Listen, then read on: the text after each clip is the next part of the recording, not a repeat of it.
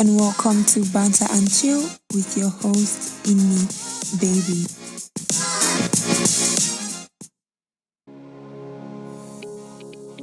Fun fact, I'm actually recording all 3 episodes in one sitting. I don't know how that affects you, I don't know how it concerns you, but I just felt like sharing. So once again, welcome to Banter and Chill podcast with your host, Inni Baby. I don't know, I always feel the need to say with your host, as if this is a radio show and not a podcast. But yeah, they're a bit similar. So as I said, welcome. If you're listening to this for the first time, then you do not know that I am doing a series called 22 Things I've Learned in My 22 Christmases on Earth. If you already listened to the intro and you listened to the first episode, then you already know where we're at. You already know what we're doing. You're not a stranger to this business. You know that I'm giving you 22 lessons I've picked up so far in my 22 Christmases on Earth.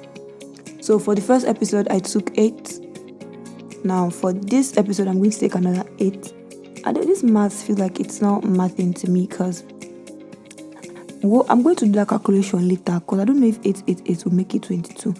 But I'm not going to stay here and embarrass myself and let you all know that I can't do math. So let's just go. Anywhere we end, we'll end them. Alright, so for this second 8, the first thing I would like to share is that everyone should find a creative outlet. I already said it in my introduction that my own creative outlet has always been writing. I dance too. Yeah, so sometimes I just play music when I'm feeling overwhelmed. I just play music and I dance in my room. A creative outlet is a decent way to vent without having to put it in, words. How do I explain it? If you're going through tough times and you're not emotionally stable at that particular time, you can find your creative outlet and create basically as a way of burning all that negative energy you've been carrying around, all that negative emotion. So for people who are more, tech inclined, maybe you create apps or you do UI UX, whatever it is you do, you can just do a pet project for yourself. The thing with creative outlets or anything created during moments of turmoil is you don't have to share it with the world. So it's not something for work. Okay, if you write and your job is maybe to create content, your work should not be your creative outlet. If you need to burn negative emotions and feelings, you can just write something random for yourself and keep it to yourself alone. You don't have to share. So as I already said, find a creative outlet. It's to help you get your thoughts, your emotions, everything. It's to help you put it in order, and it will give you time off from thinking about everything, because like it or not, creating anything at all is escaping from escaping from reality for a while, and it's either that or doing drugs, and who wants to do drugs? So the next thing I've learned is to know when to leave the office, the relationship, the party. This is very important. Know when they have started taking you for idiot. Know when they want to start sharing you. Know when they want to now I don't even know what words to use, but just keep your eyes open. Don't let them play you. Don't let anybody play you. If a friendship or a relationship or your job is not serving you anymore, in life things don't always have to serve you. Sometimes you serve certain things, but that doesn't mean that you should be at the detriment of yourself. If it's too tasking mentally, psychologically, although that's the same thing, emotionally, physically, and you're breaking yourself in the process to get it done or to keep up, it's time to leave. It's time to leave. Don't do past yourself. That's number 1 rule in this life. The next lesson is to find a hobby and to indulge in it at all times. Now, a hobby is different from a creative outlet. A hobby could be reading. Reading is not a creative outlet. A hobby could be, I don't know any other hobbies off the top of my head, but yeah, like I said, find a hobby and indulge in it. So if you have time on your hands, if you're going through something, negative emotions, blah blah blah, you can't just indulge in your hobby. You can engage in it for the time being as a means to take yourself away from all the drama at the time. The next tip I have for you is to date people you want, not people who want you. And I'm going to take my time to explain this. I feel like some people will listen to this thing and say, what does this girl know? But see, I have seen a lot. Anyways, please, you have not seen a lot, please. Anyways, date people you want, not people who want you. I've noticed that especially in women, we tend to, the idea of don't let a man know you like him more. It's basically men that should toast us. We should not toast them. You do not realize that what that does is you're always waiting to be approached. So you're not picking a partner you want per se. You're picking a partner from the pool of people who are there, who have shown interest. It's how people wake up one morning and realize, wait, I don't even like this person. Truth is, you actually just started because they tick a few boxes you set for yourself. Not necessarily because you actually like the person. So please, as much as possible, approach people you like and the people you wanted in the first place. Not the ones that just... There's another way to put it. Most people, they end up dating... Okay, if you take inventory of the people you've dated, genuine question, how many of them were your friends first?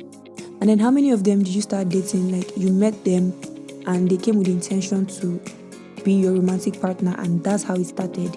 You see that most people are actually dating people who are not even their friends, who they did not know from anywhere. And while that is good, that works for people, I think it's becoming more and more important to date and marry your friend because there are ups everywhere. So once again, date people you want, not just people who want you. It's okay for them to want you. In fact, hey, if the person doesn't want you, you're in trouble. But make sure you want the person equally at the beginning, not just it will come later. No, in the beginning, do you even want that person? So the next tip, the next lesson these are not tips, these are lessons. The next lesson is to have those difficult conversations. I mean, they are called difficult for a reason. It's not going to be easy. Me that I'm saying this thing now, I avoid difficult conversations because it feels like confrontations, and I hate confrontations. I am not a confrontational person. I would avoid that conversation. Let us all just forget it. But I've learned that it will do you more harm than good to clear the air before you have a misunderstanding. First, have a conversation. If something I do so I would not forget, or so I am able to get everything out, is to make points, okay, this is what I want to address, that is what I want to address, and this is the end of this entire conversation. This is the end goal of this entire conversation, basically. So that helps me forge ahead with the difficult conversations. The next tip is to set goals and work towards them. The thing with setting goals is life is not always black and white. It might not happen how you want it to happen. It might not be straightforward. Sometimes man proposes, yes, and God disposes. You might say, okay, I'll do this at this time, and it doesn't happen at that time. But let your goals be your goals. Do you understand? Even if you're moving at snail speed or your path is not clear yet, it is better than being stagnant. A wandering path is still a path regardless, and that's one thing everybody has to learn. It's better than staying in one place for no reason. If there's a reason to stay in a particular place, that's understandable. But if there's no reason at all, you're just there refusing to move forward, that is worse. That is 10 times worse. So no matter what comes in between you and your goals, always set it down and give yourself a time frame that, okay, I'll do this thing within the next 3 years. So there is 1 year, there is let's say 2 years or 2 years. I don't know, there's 2 years. There are 2 years. Oh, this English is tough. There's the first year. Now it's correct. There's the first year, there's the second year, and there's the third year to work towards it, Give yourself a time frame to achieve these goals. And if plan A doesn't work, move on to plan B. Plan B doesn't work, move on to plan C. But just make sure you're working towards the things that give you joy and the things that make you happy. Speaking of things that make you happy, the last and final lesson is to identify things that do not make you happy. things that exhaust you mentally or psychologically or physically, and see how you can work around them. Things that, okay, somebody like me now, if I'm a bit, if I'm emotionally unstable at the time, it can affect the quality of my work. And even when I was in school, it would affect school and my performance within that period. And it's something I'm trying to work on. But thing is, if you understand that, okay, this and this and this affect me greatly, you know how to avoid them or manage them when they come. The reason why people get emotional or mental burnout most times is because they don't really identify those things that are getting to them.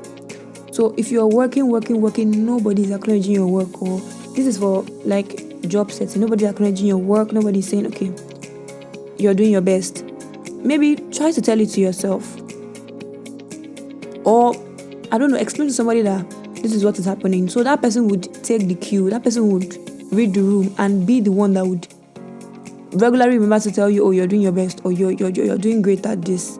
You get? So, as I was saying, identify those things that exhaust you, that take away your energy, your will to do anything, and learn to manage them as best as you can, or learn to move on with your life around those things. Understand the need to take breaks and all that, but if you do not work around all those things, they'll keep interfering with your performance and just dragging you down. Identifying them, knowing that, okay, this is what affects me this type of way, makes it easier. It makes it so much easier to bear, because whenever it starts setting in, you know that, okay, this is happening to me again.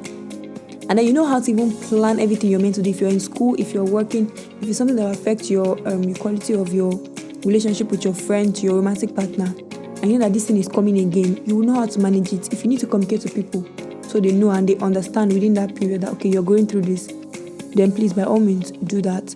But the first step, as I will repeat again and again, is to identify that, okay, this is what is draining me mentally or emotionally, or I feel like mentally and psychologically are the same thing, but I don't know why I keep mentioning them.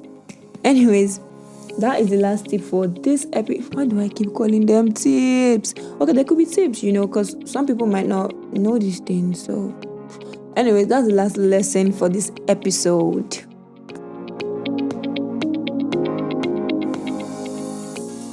If you've made it this far, I want to say a big,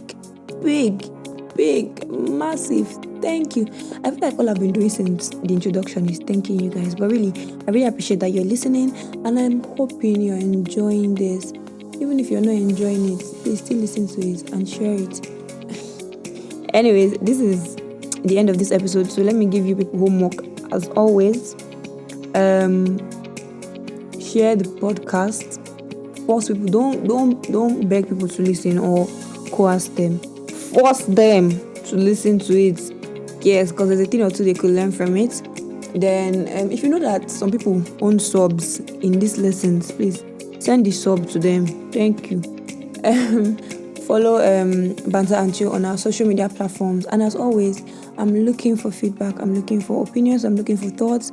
Is there anything you relate to in these lessons? I would love to hear it. So you can find Banter and Chill on social media platforms, and you can let us know.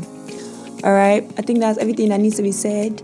Until the next episode of Banter and Chill. Bye. For people who don't get the bye and the way I say it, it's something Cardi B says. So yeah, now you know.